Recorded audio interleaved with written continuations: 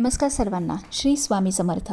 दिगंबरा दिगंबरा श्रीपाद वल्लभ दिगंबरा. तुमचं सगळ्यांचं आपल्या स्वामी सहित सेवा या चॅनलमध्ये स्वागत आहे. एक विनंती आहे की प्लीज आपल्या चॅनलला सबस्क्राईब करा, म्हणजे सगळे नवीन व्हिडिओज तुम्हाला पाहायला मिळतील. आणि कमेंट बॉक्समध्ये श्री स्वामी समर्थ लिहायला विसरू नका.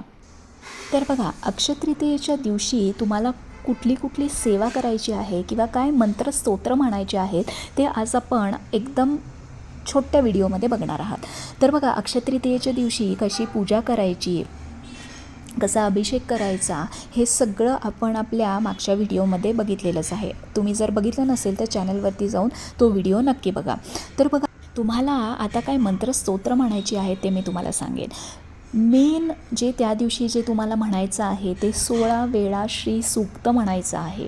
आपल्याला सगळ्यांनाच माहिती आहे की माता लक्ष्मीला जी अत्यंत प्रिय अशी जी सेवा आहे ती श्री सूक्तमची सेवा आहे. आपल्या नित्यसेवेमध्ये दिलेला आहे.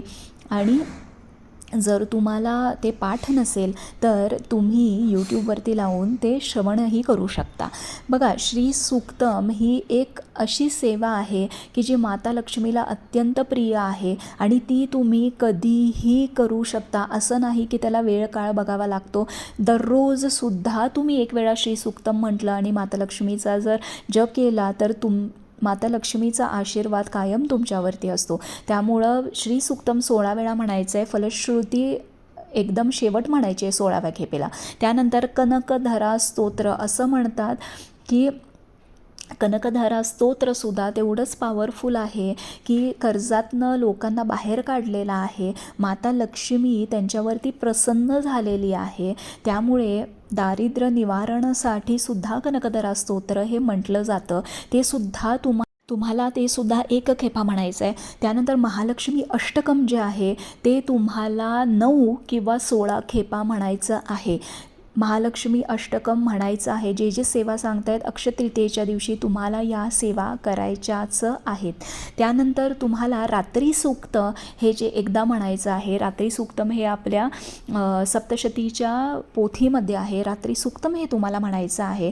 त्यानंतर ओम श्रीम श्रीय नमः हा मंत्र मी बऱ्याच व्हिडिओमध्ये सांगितलेला आहे. हा माता लक्ष्मीचा अत्यंत प्रिय आणि बीजमंत्र आहे. त्यामुळे तुम्ही हा मंत्र कमळगट्ट्याच्या माळेवरती 108 खेपा नक्की म्हणा.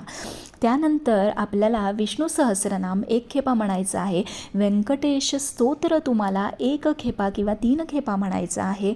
या सगळ्या सेवा तुम्हाला न स्किप करता, शॉर्टकट न मारता तुम्हाला त्या दिवशी नक्की करायच्या आहेत.